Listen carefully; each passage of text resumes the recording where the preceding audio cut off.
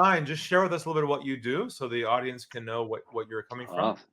Certainly. So I run an organization that specifically focuses on the insider threat, which basically means that we try and help organizations to mitigate the risk of users either accidentally harming the organization crown jewels or intentionally, which is sometimes referred to as maliciously, harming the organization's assets.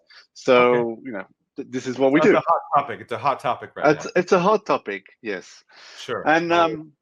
And given that we are an organization based on people, so this question really relates to a people sort of question. From a sales perspective, so we've talked a lot about a process and an onboarding process. My question is very much around the complex sales environment where you're looking at it, let's say in an enterprise, and you've got a lot of moving or dynamic sets of people. So you can have a group of people that you're talking to. Let's say you're talking to the CISO, or you're talking to, sorry, I shouldn't go through acronyms. Let's say you're talking to the security manager. Sure. And the security manager is very keen and interested in what you have to offer, and you show them the onboarding process. And it's interesting that we're doing a very similar exercise right now with an organization. Okay.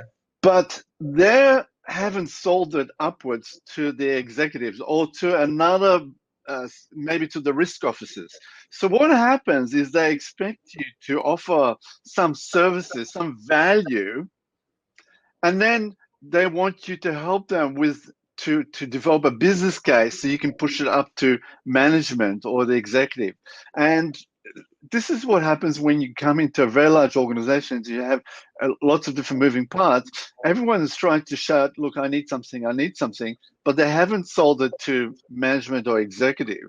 And so what they are hoping, you can actually help them. And so sometimes what happens is when you do reach the management executive, it's not a priority. It's not even, they haven't even thought about it. And so now you have to start the whole sales process again and onboarding, and they don't get it. And so it's quite frustrating. So my question is very much, how would you look at from a strategic approach in terms of addressing that challenge? All right. It sounds like what's happening here is they are shifting the burden to make this sale move up the chain to you. They want Correct. you to do the heavy lifting. So, Correct. And that gets you in trouble because they're not the one who's going to be champion this ahead of you. So what you need to do to prevent this from happening is early in your sales process, when you have a champion like the circuit manager who wants to do this, but they don't have to go up, what you want to do early on is you want to enroll them. And you want to say this, you want to say, look, as we move forward, we're probably going to have to move this up the chain, right? Now, I'd like us to work together on this. So you can let me know what you think the best strategy would be for us. Here comes the key word, together to make the case, to go up to the decision makers, to move this forward. Now, what would you suggest would be the best plan to do that? So what's happening is you're framing and giving them responsibility early in the process. Let them know they're the ones who are going to provide the navigation and the strategy for how best to approach each person. You're just going to support them in that activity. So you're flipping it from them having you do all the heavy lifting to having them do the heavy lifting and you supporting them as a team. That's how you start in the beginning, if that makes sense. Yeah, it does. So I'll have to think about it because I think that the challenge is they're expecting you to not only. It doesn't matter what they expect you to do. You have to change their expectations and their framework from earlier on or midway to let them know you're not going to hang yourself in midair. And because it'll fail, and it'll fail. So don't take that responsibility on you. Don't feel obligated that just because they want that from you, you have to do that. Because they're setting you up to take the bullets and the arrows. Correct. Rather than right. So What you have to do is have a heart-to-heart with your champion.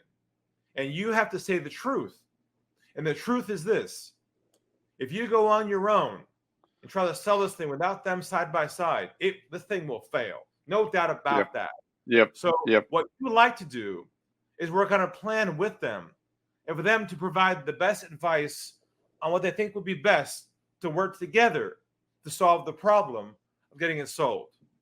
Okay, so that leads to another question. So how would they know what's the best advice? Because if you're relying on them to come up with a strategy of how to sell this idea to management, they're thinking like this organization we've been talking to, oh, can we do a proof of concept?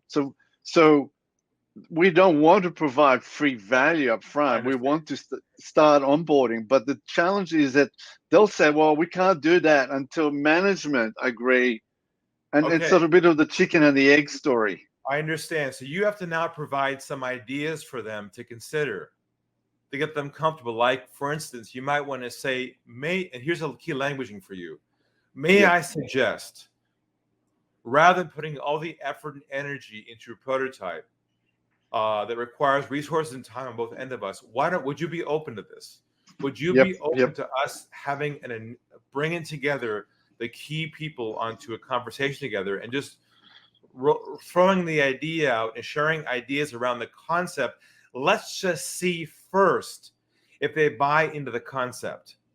If they buy into the concept, then we can create a roadmap for it to go from there. But what I don't want to do is build something prior to them being okay with the concept. Or would you be okay with that, John? You know? Correct.